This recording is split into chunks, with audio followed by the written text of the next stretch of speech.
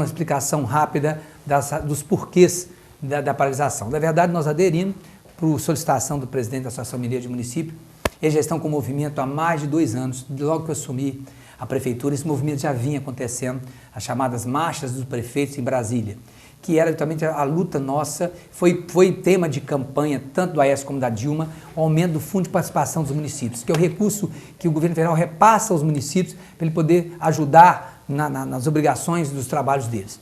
Lógico que existem convênios, esse é um recurso específico. A maioria dos municípios abaixo de 12, 10 mil habitantes vive apenas desse recurso. Pois bem, o que aconteceu? Ao longo desses anos, desse trabalho todo, a gente não tem visto resposta.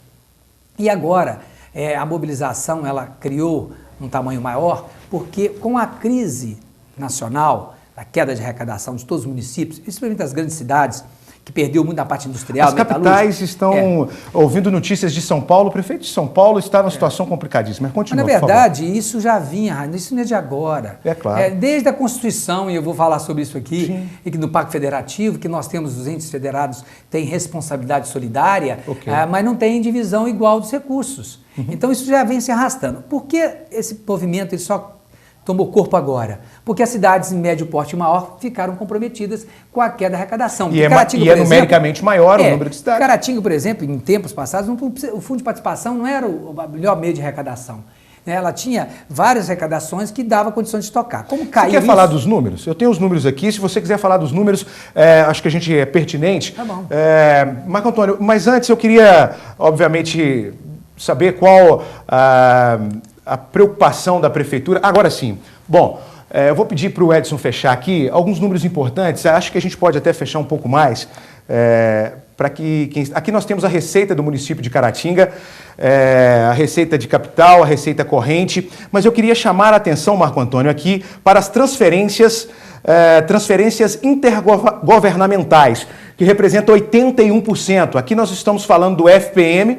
Eu não sei se o pessoal de casa está conseguindo acompanhar, nós estamos falando do FPM, que representa 28,33%, o ICMS, 19,63%, o Fundeb e assim por diante. Mas um número interessante aqui, que eu acho que é necessário chamar a atenção, é que boa parte da receita são todos, olha aqui, nós conseguimos chegar 81,19% contra uma receita de 12,25%. Pois é, aí quando as transferências caem, aí que está o resultado. Para as pessoas entenderem em casa, quando você cai a receita, que 80% é de repasse, caiu, como que você sobrevive? Acontece uma coisa interessante ao longo dos anos, os prefeitos estão estimulados de montar programa. Você tem incentivo para construção, incentivo para compra de equipamentos, mas depois de tudo pronto, o custeio maior, pelo menos 60%, 70% do custeio, fica por conta das prefeituras. Então, observe bem ao longo dos anos. As prefeituras ficam empolgadas. Eu vou dar esse exemplo para vocês. E o político, obviamente, quer fazer obra. Não, ele quer questão social. Mas eu gosto de dar um exemplo. E anuncia obras muitas das vezes. Eu gosto de dar um exemplo. Eu vou tentar buscar na saúde para as pessoas entenderem se acontece na educação, na ação social. Observe bem. Quando lançou-se os programas da família, o senhor Dário Grosso me chamou, foi secretário, foi o primeiro a montar em 96. Correto. Nós entregamos o governo com 6 PSFs para o José Assis. José Assis passou um tempo, eu saí do governo, 4 anos depois eu era oposição a ele. Eu fui para a televisão e fiz crítica a ele porque ele ficou com 6 PSFs montados. Ok. Passou-se 8 anos do governo, eu como secretário, eu levei para 12. Por que eu não aumentei mais? Em 4 ele fez 6 e 8 eu fiz 12. Aí eu estou fazendo a crítica a mim, porque na verdade, quando você faz o planejamento e você faz a dimensão de que o que o governo manda não dá para você crescer, então você tem que crescer lentamente para dar sustentação àquilo que você montou. 4 anos passados esse governo, ele montou mais 12, quer dizer, nós temos 24 PSF. Olha, gente, eu quero saber quanto está pagando a conta e se os 24 estão funcionando. Está funcionando os 24? Está funcionando mal e precariamente. O que acontece? Você tem 24 PSF, você recebe em torno de 40% a 50% desse valor, o restante o município tem que arcar. Olha, se você cai a arrecadação, como que você consegue manter funcionando? Então, o grande problema que existe, e eu quero aqui, com muita ética, dizer, que a gente é estimulado a montar programa. Correto. E depois joga sobre as nossas cargas. A conta quem paga depois. Então, assim, eu não quero fazer crítica, porque talvez se eu fosse secretário, eu teria colocado 50%, porque é o sonho nosso, só que você tem que planejar isso. E o que aconteceu? No momento de agora, as cidades maiores que não viviam de fundo de participação, porque essa crise já está nos municípios pequenos há muitos anos, agora atingiu as cidades médias. Por isso que todos mobilizaram, e eu acho que vai ter uma repercussão para sensibilizar o nosso governante, que eu quero explicar à população. No Pacto Federativo, Ranieri, você tem responsabilidade solidária. Então eu vou dar um exemplo para o povo de Caratinga. Se você tem um medicamento especial, que você solicita, tem a farmácia e medicamentos especiais. Se você não tem na lista, a pessoa vai aonde? Ao Ministério Público, ao Poder Judiciário, cobrar que é direito dele, está na Constituição. O que o Poder Judiciário faz? Ele é a Constituição, solidário. Saúde, direito do povo, dever do Estado. Ele coloca o município para pagar e o... Tudo bem, ele fez a parte dele. Só que é o seguinte, o dinheiro não está comigo, não está em Caratinga. Então hoje, por exemplo, nós pagamos R$80 mil de medicamentos que era responsabilidade do Estado e que nós pagamos. O que eu tenho que fazer? Acionar o Estado para que me repasse isso. Eu consigo? Então, o grande problema do pacto, que nós estamos brigando, que é a grande reivindicação, são duas, eu quero deixar bem claro nesse movimento. Primeiro, é melhorar o Fundo de Participação Municipal para dar conta das obrigações nossas. Segundo, no Pacto Federativo, vão reavaliar para redistribuir igualmente. E terceiro, que é a desoneração da folha. Nós temos a desoneração da folha, a PAI, a Zadon, Hospital, a filantropia não paga o INSS. Nós pagamos 1.300.000 por mês disso. Nós temos números de tributação aqui. Ela me paga 2,5 milhões por mês e me tira 1.300.000. Pode continuar, Marco. Eu vou pegar alguns números aqui de tributação e a gente tem uma preocupação clara em mostrar esses números aqui. E agora sim, os gastos estão ao lado aqui. A gente tem as despesas e ao lado aos gastos. Se a gente conseguir mostrar as despesas aqui, a gente vê primeiramente que as despesas de 120, esses números são de 2014, do mesmo período de 2014. 90, cargos pessoal e encargos sociais, 54,73%. É isso mesmo? Você paga mais de 50% da folha para pagar pessoal. Na verdade, esse cálculo, e pagar encargos, ele tem que ser feito anual, porque se eu chegar a 54, o Tribunal de Contas faz intervenção. É o limite que eu tenho. Correto. Hoje eu estou com 50,6%. Com a projeção, com o piso salarial das professoras, que nós fizemos uma negociação, vou começar a pagar agora, isso pode atingir 54 no final do ano, porque na verdade você tem mês que paga mais, outra menos, porque varia de acordo com a receita. Como caiu a receita muito, então eu estou atingindo rapidamente esses 54%. Eu entendi. Entende? As pessoas entenderam isso? Porque na verdade o salário é o mesmo, mas é proporcional à arrecadação. Se ela caiu, então nós temos que tomar atitudes. Nós estamos com dois focos. Primeiro é diminuir os gastos públicos, tentar reduzir o máximo possível. Segundo é diminuir a folha, que são dois processos separados. Quer dizer, a folha ela não pode atingir acima de 54. Eu já tenho que trabalhar agora para não chegar no final do ano dessa forma. Então, são problemas que a gente tem que gerenciar. E eu quero te perguntar, para a gente ir para a parte até mais prática e não ficarmos presos em situações que vocês já vêm discutindo há muito tempo, eu poderia aqui te perguntar o que falta de força política, então, para rever esse pacto federativo, o que acontece com o Legislativo Federal que não trabalha em prol dos municípios, mas não vamos entrar tanto nessa questão política, que aí a gente vai ficar um pouco mais aqui ainda. Então a gente vai trazer as notícias do Estado de Minas, falando aqui cerca de 450 prefeituras paralisadas hoje. O G1 traz notícias lá do Triângulo Mineiro, as prefeituras também paralisadas, as informações dão conta também de uma paralisação parcial com a manutenção dos serviços essenciais. Estas notícias deixam claro que o movimento é grande. Nós estamos falando de 450 municípios. Para você ver... Mas você acha que precisaria de uma mobilização maior? Porque, na verdade, quantidade de serviço. A gente prioriza educação, saúde.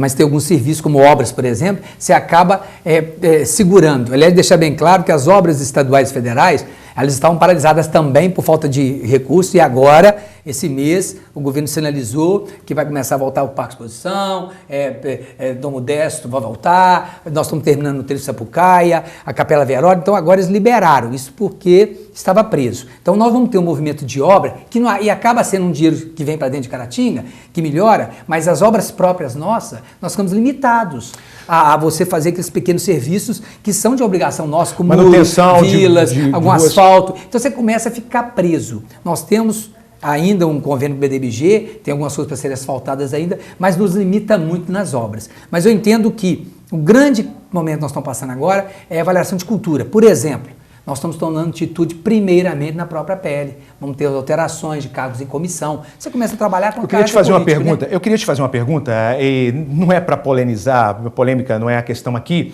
mas algumas prefeituras já anunciaram redução de salários, inclusive dos prefeitos. Isso. E como que você enxerga isso?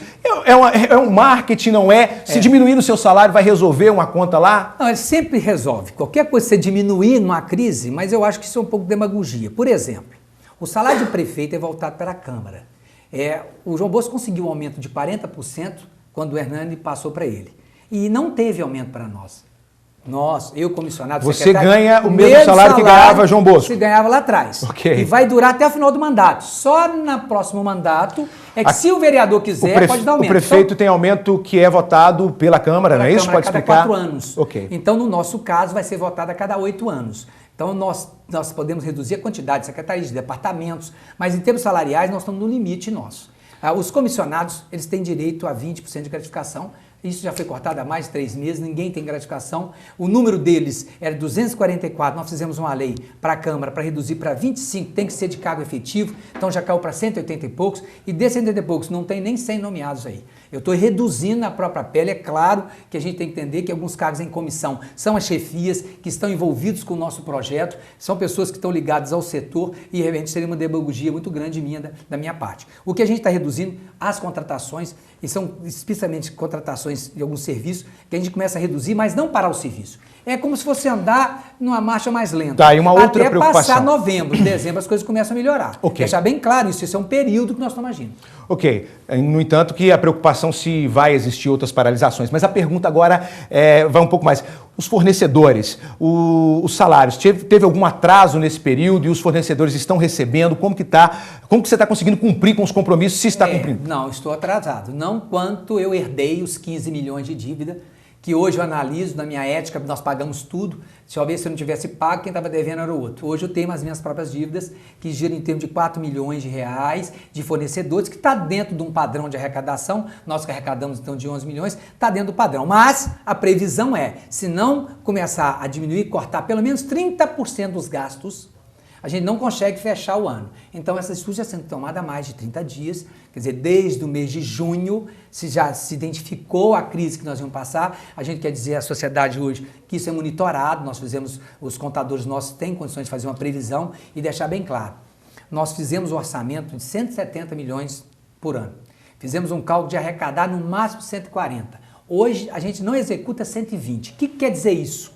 São 20 milhões a menos de dinheiro entrando. Correto. Então nós não vamos executar, é como se fosse 10 milhões por mês de arrecadação, de execução de serviço. A metade vai para a folha, a outra metade é de convênios e pagamento de dívida. De acordo com os números que E outra coisa que é a reivindicação nossa, que o povo tem que saber, por que agora você está dizendo isso? Porque de 2 anos e meio para cá, novembro de 2012, antes de nós assumirmos, foi uma coincidência administrativa, o governo federal começou a taxar o INSS direto no fundo de participação. O que é isso? Tinha prefeito que não pagava o INSS. 42 milhões de dívida. Tinha prefeito que não pagava o INSS. O governo federal falou assim, vou tirar o INSS aqui na... Aí arrebentou mais ainda. Bom. Mas isso é um trabalho que eles faziam, o cara está em crise. Olha, mês que vem eu vou chegar à folha, eu vou receber 2 milhões e meio, já vai me tirar 1 milhão e 200, eu pego e não pago. Aí pago uma multa de 10 mil. Correto. Era o que não acontece, hoje mas... não pode, vai direto na fonte.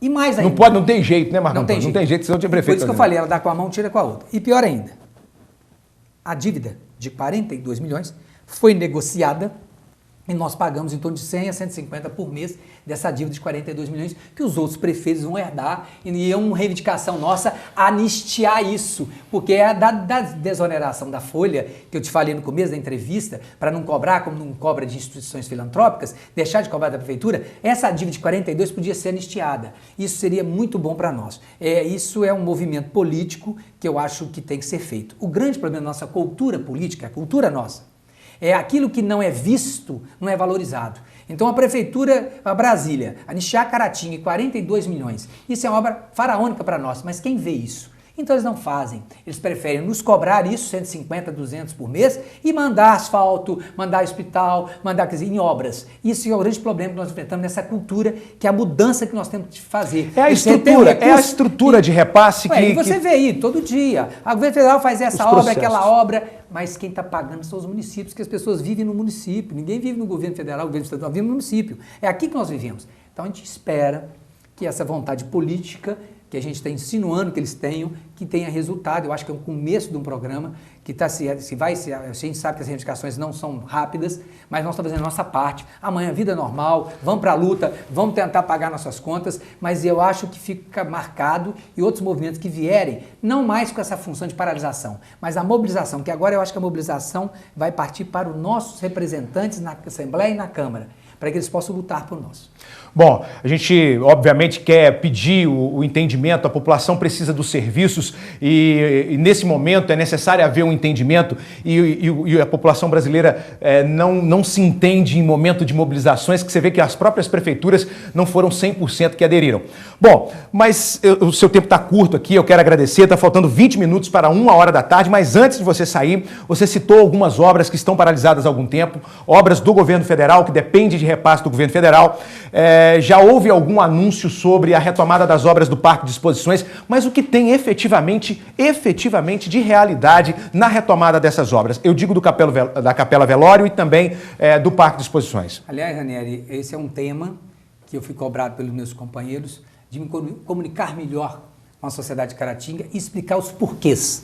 O porquê da Capela Velório estando parada, o porquê do Coreto, a dificuldade, o porquê do Parque de Exposição, o porquê. Todos estão andando. Existe um processo burocrático de prestação de conta, de medição, existe o momento político que passamos ano passado, existiu o problema do orçamento que foi votado em abril. Então, ao invés de o governo, ele usou de todas as artimanhas que pôde ter para atrasar os repasses. Mas agora, o orçamento votado, nós já estamos comunicados pelo governo do Estado, que já vão começar a pagar as UBSs, então a empresa anunciou semana passada, mas não deve passar dessa semana. Eles pagaram o primeiro lote, que tinham construção acima de 60%, Caratinga já fez 50%, então o segundo lote é nosso. Nós vamos retomar a construção dos 3 PSFs. Em relação à Capela Velório, era uma questão do governo, já foi liberado e publicado, deve retomar a obra essa semana ainda, da Capela Velório.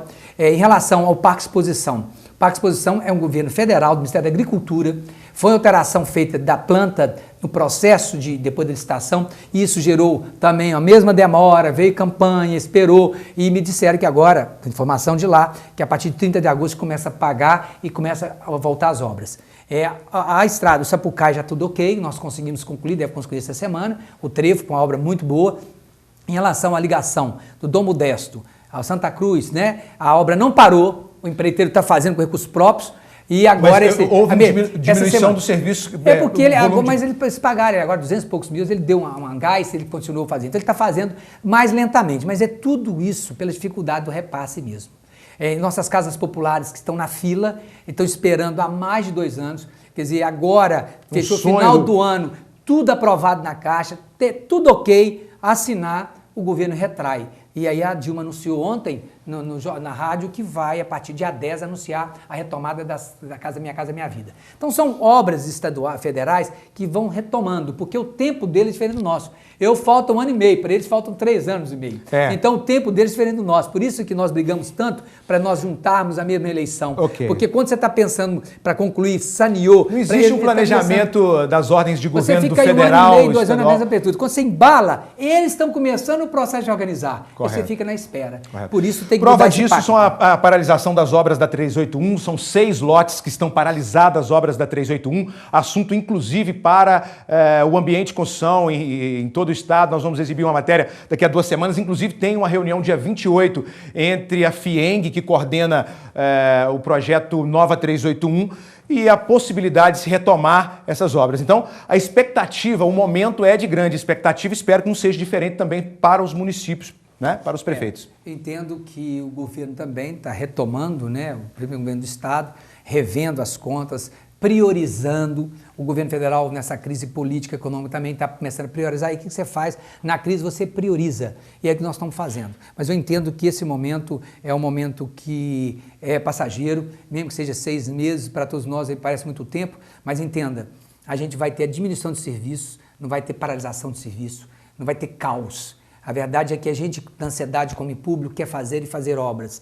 Então eu tenho que retomar minha vida, imaginar com meus companheiros, dizer, vamos manter os serviços básicos com qualidade, funcionando bem, transporte escolar, que agora o governo anunciou que toda essa crise toda aí, eu recebo 950 mil e gastamos 2 milhões e 100 para fazer transporte para as crianças do Antes Estado. tinha escola em cada lugarzinho do município, mudou. Então, mas é responsabilidade do Estado. Então, ontem ele anunciou na sexta-feira que vai dar o plus para as prefeituras, espero que chegue a tempo, para a gente poder quitar uma das nossas dívidas com os motoristas. Então, tem uma série de processos que é o momento do que a gente chama de Rubicão que nós estamos passando e que, na verdade, entendo que dezembro começa a melhorar. Mas as atitudes são agora. Então, às vezes, você toma algumas atitudes muito pesadas agora, as pessoas ficam pensando que vai piorar mais. Pelo contrário, tudo que for tomado com rigor agora é para que amanhã melhore. Eu acho que isso, a minha notícia que eu tenho que dar ao povo aqui, como homem público, prefeito dessa cidade, digo assim, as coisas vão continuar, tudo funcionar muito bem. As medidas que nós vamos tomar vão ser pontuais aqui e ali, não vão publicizar muito isso. Na verdade, o que vai acontecer, vai internamente, cada secretário sabe o que tem que fazer e será feito.